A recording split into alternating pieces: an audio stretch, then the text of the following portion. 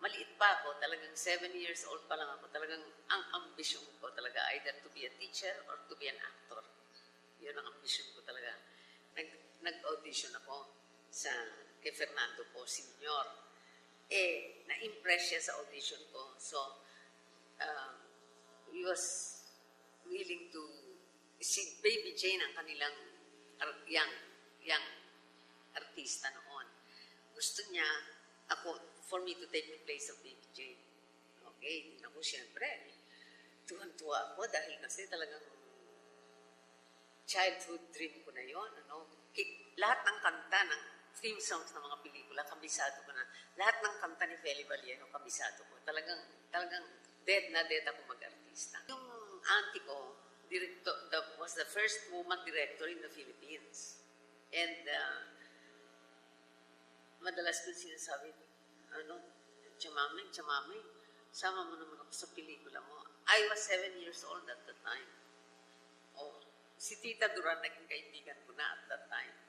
Sinali ko, sige, magsushooting ako sa Bukawi. Etong gagawin mo ka.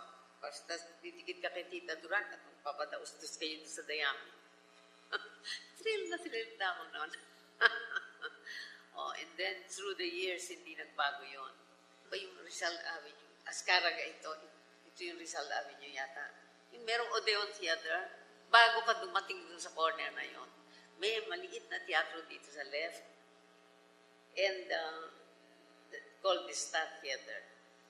Palagi ako nalilate sa school, sa umaga. Ako pa naman ang kumakanta ng national anthem. Sa Far Eastern ako nag-aaral. Okay? Palagi ako nalilate dahil I would stop by and watch every still photo displayed. From being a fan to an actor on screen and to being a pillar of the industry. Definitely multi-awarded, national at internationally. Ang mga ginawa niyang mga pelikula, lagi niyang nababanggit ng mga kanyang mga katrabaho, alam mo na, kung gaanong kastrikto at eksakto ang pagpapatakbo ng paggawa ng kanyang mga pelikula. Lahat ng mga nakaugnay niya ay paulit-ulit na sinasabing napaka-professional sa set at sa pagpapalakad ng produksyon. Hindi kasi siya money bag sa producer Hands-on She's part of the process. And she was very, very strict with us, with Carlitos and I. Pagka nagkakaroon kami ng script revision, kailangan pag nagpakopya kami ng script, kami magbabayad ng script. Pag si Carlitos lumagpas sa budget ng negatives, si Carlitos ang magbabayad ng negatives at hindi lang negatives, kundi yung cost of processing ng negatives. Inaawas yun sa sweldo because she's always believed na kung hindi ako magtuturo nito sa inyo, sino pa? So yun. As a producer, mapilit siyang makitrabaho sa mga pinakamahusay na mga direktor. Si Lino Broca, Ismael Bernal, best cinematographers, tulad ni Romy Brito, of course, yung kanyang anak, si Armida Siguion-Reyna, na naging direktor din niya. Mga editors, mga tagapaglatag ng tunog at musika. Pag sinabi mong gawa ni Armida, siguradong technically excellent. Makikita mong maalagang-alaga siya dun sa itsura ng bawat produksyon niya. No? So, mula sa costumes hanggang sa sets na gagamitin, she's on top of it. And even then, I already was impressed by yung mga costumes. Kasi, di ba, usually sa ganyang mga produksyon, pinapabayaan na lang yun kung ano na lang yung marent nila o ano yung akala nila kamukha nung dati, yun na lang gagamitin. Hindi, sa kanya, merong real research na ginagawa. Siya ay tunay na isa sa mga naunang haligi sa independent filmmaking. Meron siya noong tinatawag nating independent spirit. Hindi siya kontento sa mga formula films na pinapalabas ng mga sinehan. Ang mga pelikulang ginagawa niya ay mga may temang halos kontrobersyal, matapang, at tumatalakay ng mga sensitibong paksa. Importante yung kailangan, I tell that to everybody in my outfit or in movies I make, yung mga sinasabi ko sa kanila, you cannot be successful if you don't fight. You cannot. Walang mangyayari pag hindi ka lumaban. When she chooses material that arrests her, that yung grabs her, right? That is screaming for her to get involved in it, Fulfillment mong nararamdaman, yung ambition mo, narating mo, di ba? Secondly, I'm so proud of my son, si Carlitos, na talagang he is very disciplined. Anak ko, pinakamaraming away kami. Kami ni Carlitos, pinakamaraming away kami niyan. Naalala ko na kinokontrol niya yung sarili niyang magalit kay Carlitos. Nag-shooting ng isang pelikula si Carlitos sa Ilocos, no? And then nagbigay siya ng instructions na previously kasi, in a movie, nag-away sinabi ko, she gave Carlitos a deadline na hanggang alas 12 ka lang. And then lumagpas si Carlitos sa deadline. So nagpunta siya sa set, hinugot niya yung generator at pinatay niya. So there was a big fight after that. So nangako siya sa anak niya, hindi na niya ulitin. But there was one time, nasa pagudpud kami, lumagpas sa deadline. So hindi siya mapakali. Ayaw niya nang pumunta sa set at pakipag-away sa anak niya. Kinuha niya ang siguro mga 8 kilong kalamansi. Hinati niya lahat ng tig-isa yon at piniga niya sa mga bote. Just to while the time away kasi galit na galit siya. I mean, later on nalaman niya na kaya matagal na palang tapos yung shooting, kaya lang nabalahura yung generator dun sa putikan, and that was the first truck out of the location. Hindi makalabas yung lahat ng mga sasakyan na nasa likod. But in the meantime na hindi niya alam, talagang piniga-piga niya yung kalamansi. Hindi naman siya manalo sa akin. Dahil saan siya kukuha ng pera pang-produce. Pero nakakabati rin naman kami. And I'm so proud of him. I'm so proud of him talaga. In the industry and actually in Philippine society, Armida is a name that is associated with the fight against censorship. No? That fight is really close to her heart. Even during the time of Marcos, she already was against censorship. Although hindi siya makapag-rally kasi kapatid niya si Juan Ponce Enrile, siya yung defense secretary, siyempre. No? What I really appreciated about her even then was she'd always been against censorship. Siyempre at that time, hindi naman siya makamarcha sa kalye, lalo na nung martial law, because her brother was in the government. But kumukuha kami ng pera sa kanya kasi siya yung natatakbuhan namin para sa mga streamers, yung mga Frida artists, mga ganyan. Nagbibigay siya. And then, ang isang hindi ko makalimutan na statement niya dati, in 1986, nung Corona Amnesty, no, nakausap niya si Bernabe Boscaino. And then sabi niya kay Commander Dante, siguro nung kabataan ko, kung may nagmulat lang ng kaisipan ko, naging aktivista rin ako. At siguro, kung naging aktivista ako, palagay ko, naging not them ako. Nahulog ako talaga sa silya ko, talaga naloka ako. During Cory's time, she really came out already on the streets. No? So she would rally with CAP and Lino Broca and Ismael Bernal against Morato, who had, at that time, who got into trouble because of may mga TV programs si Ismael, yung Goodbye Uncle Sam and so on, na nagkaroon ng problema with MTRCB. So she was, she really went all out. And then later, she herself was a member of the appeals committee. Doon muna siya in-appointed.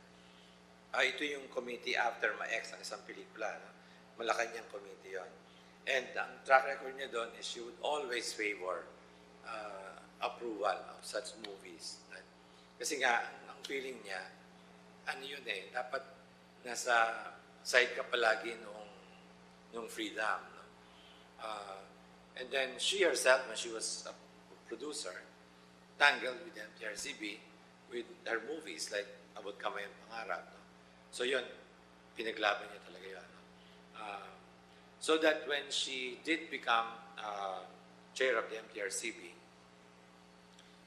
she had first-hand knowledge about how to deal with the MTRCB. Right? She knew it from the outside, so she could do something about it from the inside now. And that's what she did. First of all, for the first time in the history of PD 1986, in-implement niya yung suggestion na 50% of the members of the board should come directly from the industry. So, pumili siya ng mga actors, producers, no? Writers, to be part of the MTRCB. Nagkaroon ng 50% for the first time. No? And that definitely reflected or parang widened the range of opinions on the board. And you now could hear the point of view of people from the inside. Dati sila lang yung palaging on the receiving end. Ngayon, sila mismo yung humahawak nung di ba, responsibilidad. And iba. Kasi sinasabi nila, these are people from the industry, you cannot trust them, they're vested interests. It's not true. Many of them are able to distinguish between themselves as directors, actors, writers, and as MTRCB members. No? So, alam nila, may responsibilidad ka, di ba? Hindi lang sa isang pelikula, kundi sa lahat. Tapos, palaging tatlo. Yung ginagawa niya dun sa screening committee, palaging may reflection ng range of may liberal, merong conservative, merong in-between. Kanya, maganda yung diskusyon very often. No? And everything is recorded. You have to write down your opinions. So, hawak niya lahat yun. Right? And then, kung ma-ex yun, she sits and, watches the film with the 3 plus 5, 5 na members ng next committee. Yun. Of course, she got it again from the conservatives, but as I said, she stood her ground. No? Hindi siya natakot dun Yun ang talagang iba kay Armida Walang takot, talagang walang takot. Bilang industry leader, nasa puso niya yung ipaglaban ang mga naaapi sa isang sistema na yung mga malalaking pangalan lamang ang nabibiyayaan. In fact, lumaban siya ng tapatan sa mga established na mga kalalakihang hari ng pelikula. Hindi siya natakot. Ang maganda sa kanya kasi, maraming leaders ng industriya. Pero, marami din sa mga leaders na yon are there actually parang because of the position. Parang they want the position to be recognized as leader of the industry. Pero, walang stand tungkol sa mga issues, kapag nagkukuha sila, nagsusway sila kung ano yung majority at the time, o yun, nagpapanigan. Hindi siya ganun pagka merong mali na nakikita niya ginagawa yung mga taga-industriya, she would lash out at it, no? Very colorful ang mga away ko. Wala akong pinagsisisihan doon. Protektahan din niya yung yung image ng industriya at saka yung professionalization. Siguro that's a key word with her, professionalization. And maybe that's why she's always feared and respected, no? In a good way, no? Kasi siyempre sa industriya, di ba, pamilya, kaibigan, barka-barkada, madalas yung professionalization talaga wala doon. Kasi it began with the studios run like, huge family clans. So, syempre, ganun din yung sense of loyalty. Even the idea of yung bang you're here because you're supposed to be a good artist, nako-color yun di ba? Hamon na kasi kumpare ko naman yan Yeah. Hindi siya ganon. She set standards and she followed them, including for herself and her son and her daughter-in-law. No? So in other words, walang exemption. So, we want standards, so let's work for it. No? Did you see the movie The Lover? It's a true story. It's about a young French girl who went to China to study. Okay, she fell in love with the Chinese royalty. Okay, ang ganda ng pelikula yun. At ang ganda ng katawan nilang pareho. Talagang hubaran. Pero hindi yung sex na garapal. Ha? Wala, hindi mo nakikita talaga yung penis, hindi mo nakikita yung hindi exploitative, pero ang ganda ng katawan nilang dalawa. Ang daming sex scenes, ano? Pero talagang yung finong-finong pagkagawa. Finally, hindi rin sila the guy married a Chinese royalty also. Nagkahiwalay sila. Ang ganda ng pelikula. That movie was shown only in one theater in the entire New York City. That is the Paris Theater where Ora Pro Nobis was shown. Katapat yun ng Plaza Theater. But it stayed there for one whole year. Hindi ka nalugi nun. That's what I mean. If you're aiming for money, you'll never be able to make movies like that. Oh. Ganon ang dapat na attitude ng mga producer. Hindi maaaring palagi kang panalo sa takilya. Hindi pwede. Kaya, sabi ko, paggawa ko ulit ng pelikula, I don't care if I lose money. Okay? Basta, gusto ko, ang gagawin ko, yung gusto kong gawin pelikula, whatever it may be. Kasi if you don't, ang tawag dito, it's very, hindi ka magiging masaya kung hindi mo gusto yung pelikulang ginagawa mo at ang gusto mo lamang box office yun. I never did a movie like that. Si Armida ay masasabi natin tunay na diwata ng sining ng pelikula. Siya ay simbolo ng mga kababaihang matatag ang puso, tumutulong sa pagpapalawak ng lugar para sa mga kababaihan at mga sektor na hindi nabibigyan ng pansin. She is an inspiration for all women. She reminds us women to be reflexive in the roles we play in society. As a woman, I've always admired Armida. Kasi she actually has open frontiers for women. Yung pagpasok niya yung mga pinasok niya na like the industry. I mean, yung problema ng industriya na yun, nung pumasok siya.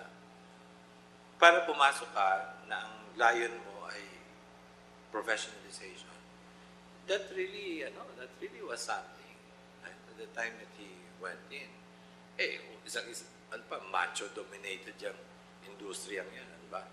So, para pumasok ng isang babae, you really need, the guts of Armida. And she had those guts. So, tiklop. Tiklop yung mga lumaban sa kanya kasi tama siya eh. Very often, tama yung pinaglalaban. Well, she really believed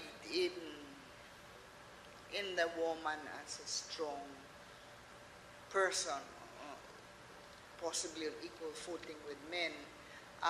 Favorite niyan yung sinabi ni Salud Algabre, yung ang tunay na matapang ay lumalaban kahit natatakot. Gusto niya yun eh. As a matter of fact, I think she told Pete Lacaba na isama yun dun sa kanyang tagubilin at habilin at talagang nakalagay yun dun. Aminin naman niya she's not always brave, but palagi niyang pinapangatawanan kung anong sinasabi niya.